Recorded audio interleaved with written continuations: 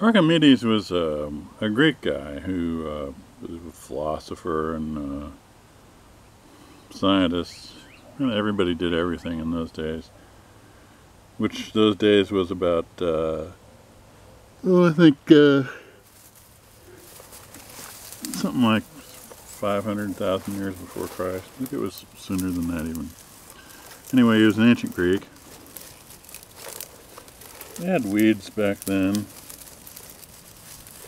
You can break these things up, then what can you do with them? You could put them in your wood stove, all these pieces. Or you can compost them. Now the trouble is, something like this here, this is mostly cellulose.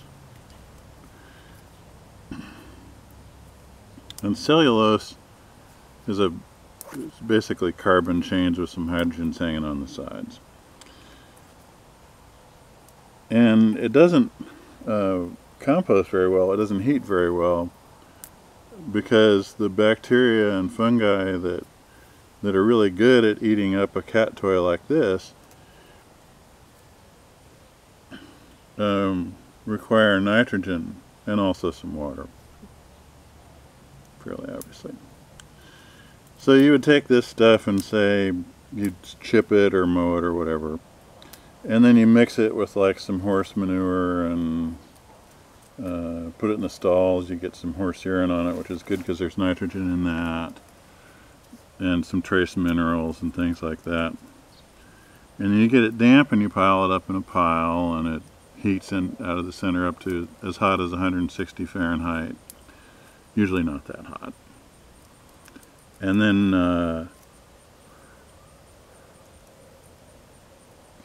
after it does that,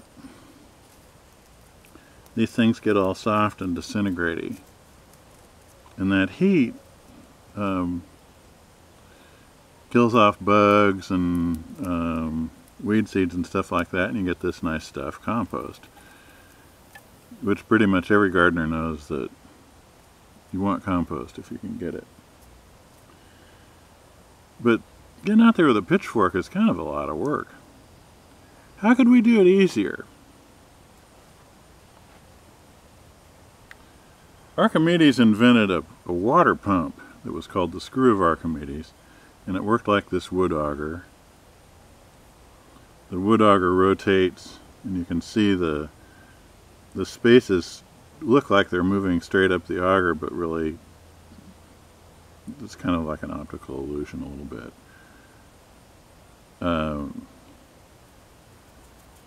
And you could think this is like a grain auger.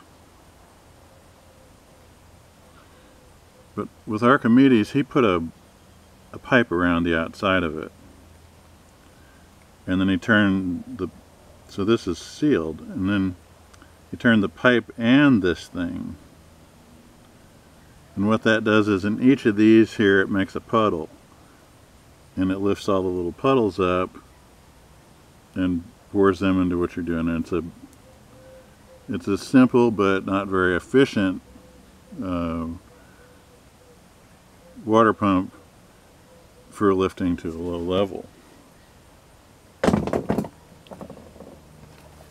Most of the wood trash that you want to get rid of is things like this, these wood chips here that came out of a brush chipper. And these are mostly carbon, of course. They need some nitrogen. This stuff would be good compost if you added some nitrogen to it, but boy, would you have to do a lot of shoveling. The idea of the Archimedes composter is that you would set it up kind of the way they do, like you might have seen conveyor belts and quarries and things, where they have some kind of a bin that fills the conveyor belt at the bottom, and then it picks the stuff up and carries it up. Only we would be using a screw of Archimedes like this, and it would be, say, like 12 feet around, 200 feet long, and the high end of it would be maybe 20 feet above grade or so, so that it would dump all of its stuff in a pile. Into that you could put chip brush, all the stuff from cleaning up a stable, animal manures, that stuff right there will heat real quick with some chicken manure added to it. Spray in some water, whatever, a combination of organic matter. And what this thing would do is to turn the compost and lift it at the same time. Now you'd either power it with a gear motor, or possibly with a gear reduction transmission, and power it like off of a windmill or something like that. And you would have some incredible gear reduction, you know, thousands to one kind of thing, so that a fairly small windmill could turn this great big tube, although the windmill might spin, you know, 10,000 turns in a day and the tube only makes a half a turn. By doing that, the stuff would constantly be spilling down like that inside of each of those chambers. So it turns around and it's spilling here, and what was on the top goes down here and buries this other stuff that's onto the bottom. And then as that keeps going on, more stuff comes down off the top and gets on top of this, and so everything that was on top ends up underneath, which is what you try to do when you're turning compost. You would probably close the ends of it up, because contrary to what a lot of people think, compost doesn't need a lot of oxygen, it just needs some. And if you vent it too much, all you do is carry the heat away. And the heat accelerates. As far as I know, there isn't a single chemical reaction that's not accelerated by heat.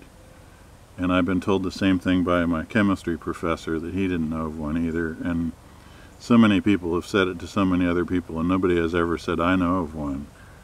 So I think probably there just isn't any such thing. And that means that when this stuff gets up there in the well over 100 degrees Fahrenheit, it's going to heat good. Now you turn it for about 2 weeks, just very, very slowly, just, you know, turn a day or so, and then it comes out and it goes into this pile. Now you've got compost. You could have like a screens in the top of the pipe, so that,